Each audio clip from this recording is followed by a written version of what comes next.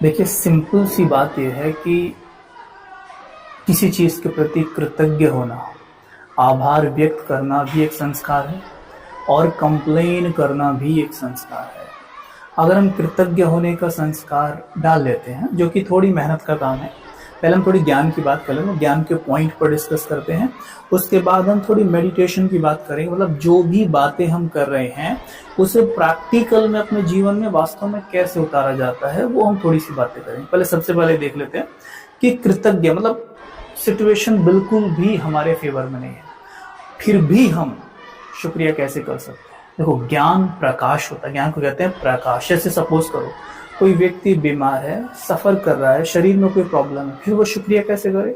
देखिए, सिंपल सी बात है, उदाहरण से समझेंगे।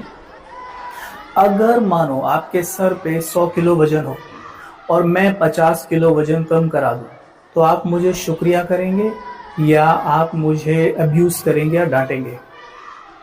सीधी सी बात है, आप मुझे शुक्रिया करेंगे, है ना। तो वैसे ही सपोज करो, वैसे ही बिल्कुल, कि जो कि हमारे सर पे जो भी पापों का बोझा है, जो भी हमसे गलतियां होती है, मनसा वाचा कर्मणा, कई बार मन से हम बहुत कुछ नेगेटिव सोचते हैं सबके बारे में, बैड एनर्जी उनको भेजते हैं, मुख से हम बैड एनर्जी भेजते हैं, ऐसी ऐसी वाणी हम बोलते हैं कई बार कि दूसरा हर्ट हो जाता है, उसका आत्मविश्वास एकदम डाउन चला जाता है। ये सब भी पाप की श्रेणी में ही आता है, और कर्म तो है ही, वो तो आप जानते हैं। तो ऐसे कुछ सूक्ष्म पाप और पाप हमसे होते रहते हैं रोज डेली बेसिस पर, जिसका एक बंडल बनता जाता है, और वो बंडल हमारे सर पे पाप की बोझ की गठरी के रूप में रखा होता है। जैसे मन के ऊपर वो रखा हुआ है, जिस मन के ऊपर पाप का बोझ रखा होगा ना, वो मन उड़ नहीं सकता, खुश नहीं रह सकता, दौड़ नहीं सकता। ठीक है, जैसे किसी व्यक्ति के सर पे आप बोझ रख दो तो वो कैसे करेगा, सही से चल नहीं पाएगा और दौड़ तो बिल्कुल नहीं सकता। ठीक वैसे ही मन है। तो अगर आप मन को हल्का करना चाहते हैं, मन को लाइट करना चाहते हैं, सिंपल सा फंडा है मेडिटेशन। अगर हम मेडिटेशन करते हैं मतलब परमात्मा को याद करते हैं। देखो, एक तो होता है हम याद करते हैं, आरती गाते हैं, हम जो भी कुछ कर रहे हैं, आज तक प्रार्थनाएं कर रहे हैं, वो ठीक है। लेकिन एक सही रीति है, जैसे गीता में कहा गया है कि हे अर्जुन, तू स्वयं को आत्मा समझ और मन मना भव हो जा। जब तक तू स्वयं को आत्मा नहीं समझेगा, तब तक तू मुझसे जुड़ नहीं सकता, परमात्मा कहते हैं। मतलब खुद को आत्मा समझे बिना परमात्मा से कभी जुड़ नहीं सकते। तो मतलब अगर हम खुद को रोल समझ रहे हैं कि मैं पिता हूँ, बेटा हूँ, बेटी हूँ, टीचर हूँ, और फिर मैं परमात्मा को याद कर रहा हूँ, तो परमात्मा से कनेक्शन हमारा टिक नहीं सकता। पिता समझ के याद करूंगा तो बेटी याद आती है, बेटा याद आएगा। वैसे ही जब खुद को आत्मा समझ कर याद करूंगा तो परमात्मा याद आएगा, और परमात्मा याद आते ही उनकी गुड यानी प्योर एनर्जी मेरे मन में प्रवेश करेगी, और जो पाप का बंडल है वो जलने लग जाता है। अब सुनने में तो ऐसा लग रहा है तो इतना सिंपल है, जैसे कि गंगा जल में नहाने से भी ज्यादा सिंपल लग रहा है ना। हाँ, देखिए, है तो सिंपल, लेकिन थोड़ा सा प्रैक्टिस करना पड़ेगा, क्योंकि हमें ना स्वयं को सोल समझने का प्रैक्टिस नहीं रह गया है। हम खुद को रोल समझते हैं, जब रोल समझेंगे तो फिर तो सोल समझने में मेहनत लगेगी। एक तो ये। दूसरा तरीका क्या होता है, जो भी सर पे पाप का बोझ है उसको चुकतू करने का तरीका होता है भोग। मतलब भोगना, जैसे बीमार हो गई, हमारे काम नहीं बनेंगे, यानी तन मन धन संबंध संपर्क से हमें पेपर आते हैं, मुसीबतें आती हैं, जिनको कहते हैं सिंपल भाषा में विघ्न आते हैं। तो मानो हमें शरीर में कोई बीमारी आ गई, तो मतलब क्या हुआ कि हमारे को अब भोगना है, मतलब पेपर देना है, राइट। तो जितना हम भोग रहे हैं उतना क्या हो रहा है, वो पाप की गठरी हल्की होती जा रही है। मतलब ये बीमारी हमारे सर पे जो पाप का बोझा था उसे 100 किलो से 50 किलो करने आ गई है। तो अब बताइए, उस बीमारी को शुक्रिया करूं या उसे कोसूं? क्या लगता है आपको, उसे कोसना चाहिए, शुक्रिया करना चाहिए?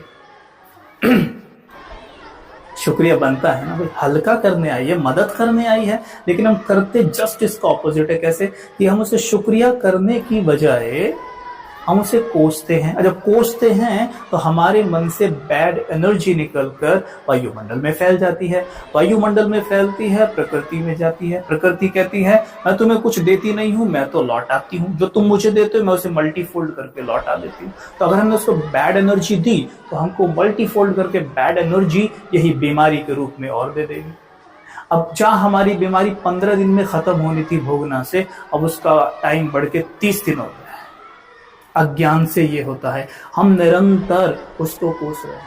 बस एक शिफ्ट, एक चेंज हमें करना है। वो क्या है कि थैंक यू बीमारी, आप आए और आपके कारण मैं दिन पर दिन हल्का होता जा। आपका कोई दोष नहीं है, मुझसे बहुत सारे विकर्म पाप हुए हैं, मैं जानता हूँ, हम सब से होते हैं, स्वीकार करना चाहिए। ये कहने से काम नहीं चलेगा कि नहीं हम तो जी, हमसे कोई गलत काम नहीं हो, हम तो जी कोई गलत काम करते ही नहीं, हम तो किसी को दुख नहीं देते। डीप चेकिंग करेंगे तो पाएंगे कि दिन भर में एक व्यक्ति 50 से 60 हजार थॉट क्रिएट कर रहा है। 50 से 60 हजार थॉट किसके लिए क्रिएट कर रहा है वो? 50 से 60 हजार थॉट वो दूसरों को, मेजॉरिटी गिराने वाले थॉट होते हैं, कंप्लेन वाले थॉट होते हैं। देख लीजिएगा कितना सारा बोलते हैं हम, जरूरी है बोलना नहीं है, फिर अब बोलते हैं क्या बोल रहे हैं हम, अक्सर देखना दूसरों को गिराने वाले बोल हम बोल रहे हैं। यार कर्म तो हम ऐसा कर ही रहे हैं, हम जीवों को उबाल उबाल के खा रहे हैं, हम कहते हैं कि हम कोई पाप नहीं कर रहे हैं। मनुष्य की मानसिकता क्या हो गई है? तो ध्यान दे, पाप तो हमसे हो रहे हैं, तो हम क्या कहें, हे बीमारी आपका शुक्रिया, आप आए और मेरे सर से पाप के बोझ को आप हल्का कर रहे हैं। आपने गौर किया होगा कि जब बीमारी से कोई व्यक्ति उठता है ना, उसका चेहरा लाइट हो जाता है, बॉडी में लाइट लाइट लगती है। ऐसा नहीं कि उसका वजन कम हो गया है, यहाँ से भी वजन कम हो जाता है, जिसके कारण वो हल्का हल्का लाइट लाइट लगता है और उसको खुद भी अनुभव होता है कि कुछ जैसे बोझ उतर गया है सर से। तो वही होता है कि पाप का बोझा कुछ कम हो गया है, लेकिन ज्ञान ना होने के कारण हम पाप और कर लेते हैं। जैसे और करते हैं फिर वही आदत के बाद, इसलिए ज्ञान जरूरी है। तो शुक्रिया करने के कारण निकल के आए, हे बीमारी आपका दिल से शुक्रिया, आप आए और आपके कारण हम हल्के हुए। ऐसे ही आप सोचिए किस किस चीज के कारण आपके जीवन में मुसीबतें, जिनको हम कहते हैं विघ्न, बीमारी, प्रॉब्लम्स आ रही हैं, उन सबको मैं कैसे शुक्रिया कर सकता हूं। आप चिंतन करिए, निकालिए और देखिए, जीवन को सुख में बनाइए। क्योंकि जितना ज्यादा हम शुक्रगुजार होते हैं उतना ज्यादा हम सुखी होते हैं। जितना ज्यादा हम कंप्लेन करते हैं उतना हमारी खुशी में कंप्लेन माना कमी आती जाती है। ठीक है, तो ध्यान रहे, सवेरे उठते ही अपने मन को शुक्रिया से भरे। प्रैक्टिस करके देखना, कल एक प्रैक्टिस करके देखिएगा आप सभी। कल सवेरे उठना, ठीक है, और मैं अक्सर ऐसा करता हूँ, मुझे बहुत अच्छा लगता है ऐसा करना। सवेरे उठते ही आप ऐसी 10 चीजें सोच सोच के निकालना, घूमते घूमते थोड़ा वॉक करना। जैसे आप सड़क पे जा सकते हैं, पार्क में जा सकते हैं, खुले में जा सकते हैं, कहीं भी, या घर में भी टहल सकते हैं, छत पे जा सकते हैं, टेरेस पे।